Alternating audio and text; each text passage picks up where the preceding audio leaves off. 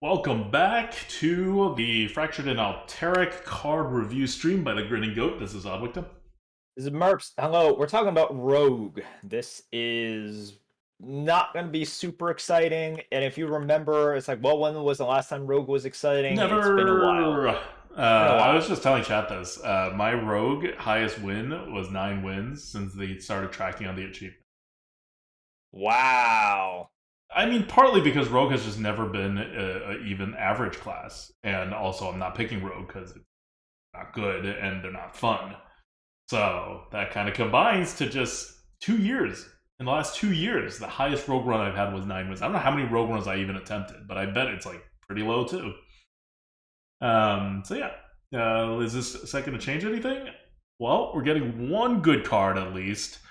The Lobotomizer. It's too bad it's an epic. It's an A tier card.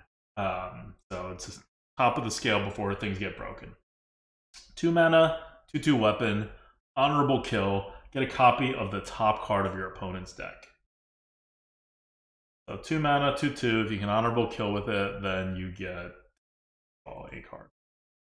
You get to draw a card. You could potentially draw 2 cards over the span of 2 turns. You know what your opponent has. I mean, your opponent also knows what you drew, but it's nice to see what your opponent has. It's just a decent amount of value for 2 mana. That's basically it. So Nothing it's fancy. not like it's nothing fancy. It's nothing like super exciting or ridiculously kind of like swingy. But it's nice. It's nice card advantage. Yeah, it's like a lot of card advantage potential. And that's the A card, and it's an epic, so you're not going to see it that often. Next, we have 2 B tier cards only. You already see the drop off. You have 1A, 1B, and then 1B that is a legendary. So not counting the legendary, you just have 1A and 1B before you start getting the C pluses. No other class we've covered is that bad except for Hunter, and Hunter has a S plus card, which kind of makes up for everything else. So once again, we are in this rogues don't get good arena cards place. Because they do crazy stuff with Rogue. They do crazy, weird, constructed-y stuff with Rogue. So the B tier card for Rogue is Reconnaissance. It is common, thankfully not epic. It is discover a Death Rattle minion from another class. It costs 2 mana less.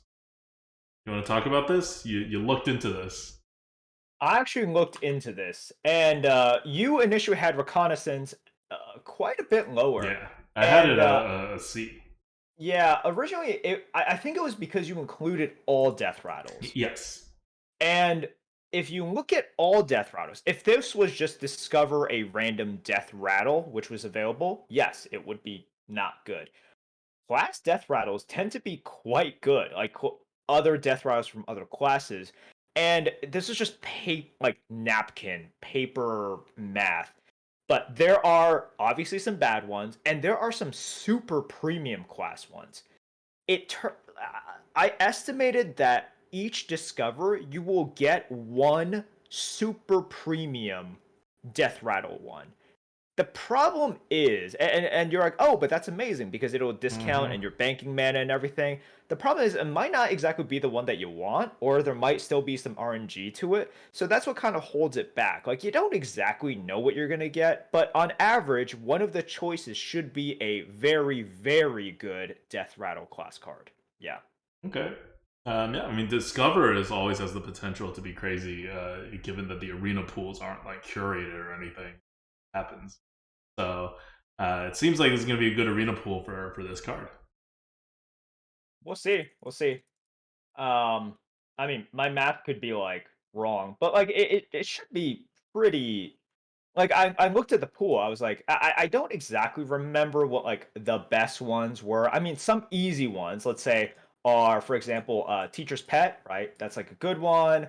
Um, uh, what were some of the other ones? Like Justin Hunter, there's like Teacher's Pet, there's like the Bloated Python, there's all of these. But yeah, there are also some in which like they're either more RNG, like the rogue, not the rogue one, the other.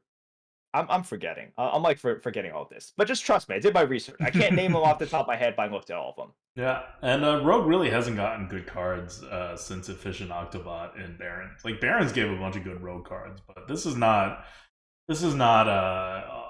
uncommon that rogues don't get good cards. So you might as well take Reconnaissance. Barons, by the way, is not in. So like you're just not gonna get a lot of good rogue cards. This is gonna be one of the better rogue cards that. The legendary is also pretty good. That one's also B. It is Seraphina, Fleet Runner, 5 mana, 5/5. Battle Cry, replace your minions in hand and deck with ones from other classes. They cost 2 less. So one, you're getting class card. And they are class minions, and they are also 2 mana discounted. So that's all pretty good. Like, class cards are good. 2 mana discounts are good. They even ramp if you get the big ones. And it replaces the cards in your hand as well. So you're going to get like a pretty big boost in tempo on the same or next turn. I got nothing more to say. C tier is coming up next. C plus, so pretty good still. It is a Wild Paw Knoll, 5 mana, 4/5 rush. Costs 1 less for each card you've added to your hand from another class. You're not going to be adding that many of those, but it is still a 4/5 rush. Like, even a 4/5 rush for 5 mana is not bad. Oh, so a 4/5 rush for like 4 mana, possibly? That's pretty good. I agree. So that's C plus. Now getting down to C tier, it is Cold Tooth Yeti. Cold Tooth Yeti is a Yeti that is 3 mana, except it's combo. So you got to combo it out. If you don't combo it out, it's a 3 mana 1/5, and that's bad. But this is a C, which means it's better than a Yeti because you can probably combo it out, including with a coin. Yeah, so like you can coin out a Yeti as rogue now. Like, that's pretty good. But if you don't have the coin, it's gonna be a later turn Yeti. The 3 mana is not that great. It's really not that great. Like, a cheaper Yeti later on, you don't care about. Like, you really don't. A lot of any goodness that Yeti has comes from, it's like, oh wow, you have like good stats for for that turn, right? And later on, it doesn't hold up. It really, really does not hold up, guys. All right, now we're moving on to the bad cards. The first one's D plus, which is like just a little below Yeti. Forsaken Lieutenant, it's an epic card, 2 mana, 2/2, stealth. After you play a Death Rattle minion, become a 2/2 copy of it with Rush. So it's basically like, here's a 2/2 stealth, and anytime you play a Death Rattle minion, this guy can just kill himself immediately and get that Death Rattle to trigger. That's why it gives it Rush again. Interesting concept. Yeah, interesting concept. But yeah, you can think of these like dream scenarios where once again Proto Drake, right? 10 mana. Woohoo! But no, probably not, guys. Probably not. Okay. Now the next two are actually bad. They're D. They're not even D plus. It is Double Agent. Double Agent is a 3 mana 3/3. Again, 3/3s are bad. 3 mana 3/3. If you're holding a card from another class, summon a copy of this. You may be holding a card from another class. It's like we saw from the other cards. You get some synergies here. Like, this stuff happens. There's a bunch of discoverers. Like, stuff gets generated, but probably not. Probably not. If you do, it's probably not on turn 3 that you can get it. So then you have a later game 3 mana 3/3/3/3, which is like so good, but eh. And on curve, this is barely a card.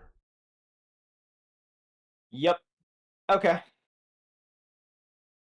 And Snowfall Graveyard is the next card. This is the objective for the rogue. Your Death Rattles trigger twice, last 3 turns. It's 3 mana. This is not a good objective because it's a synergy heavy objective and you need Death Rattles. And how many Death Rattles are you going to have? Probably not enough to make this worth it. Probably not enough. You might be able to pop off with specific decks, but you probably won't. So don't think about all those like times in which it could be good. Remember the average, okay? And the average is very. It's not looking good for a card like this. Ugh. And finally, we are going to have the worst card of the set, which is Contraband Stash. It is 5 mana, and it is replay 5 cards from other classes. You're not going to play that many cards from other classes. You may play like 1 or at most 2. Replaying them probably won't help, especially because they're random targets. It's also 5 mana. Pure constructed card. Pure constructed card, and this is the way rogues have been trending in recent years as well. Like tons of very constructed, focused stuff that not only are like not arena friendly, they just like they're absolute trash in the arena because they're so dependent on these combos or synergies that they like can't be used. Like you can't make this card viable in a. If you do, it will be super broken and constructed. So it's just not a card. Alright. That's it for Rogue. Super unexciting. We're like super below the time. We've mostly been going over the time. We like eked under the time for Priest. But for Rogue, there's nothing to talk about. Like, what cards are coming back? Is anything interesting happening? No, there isn't. Alright. But really, like you might say, oh, like there's this coming back, there's that coming back. I'm like, sure. There's like, for example, the 2/4 with the little like 1/1 poison death rattle that's coming back. Is that exciting? I don't know. Not really. Rogue just isn't that exciting. They haven't been exciting for the longest freaking time, and that's part of the problem with them. Yep. All right. We'll see you in the next episode then. We're going to talk about Shaman. Now, Shaman is exciting. Always exciting. That is Shaman. You want to give any shout-outs? No. No shout-outs. No shout-outs. 2 no shout-outs in a row. Trek onwards. Okay, I'm fading. We need this. We need this to move on. Okay, okay. Goodbye. See you guys in the next one where we're doing Shaman.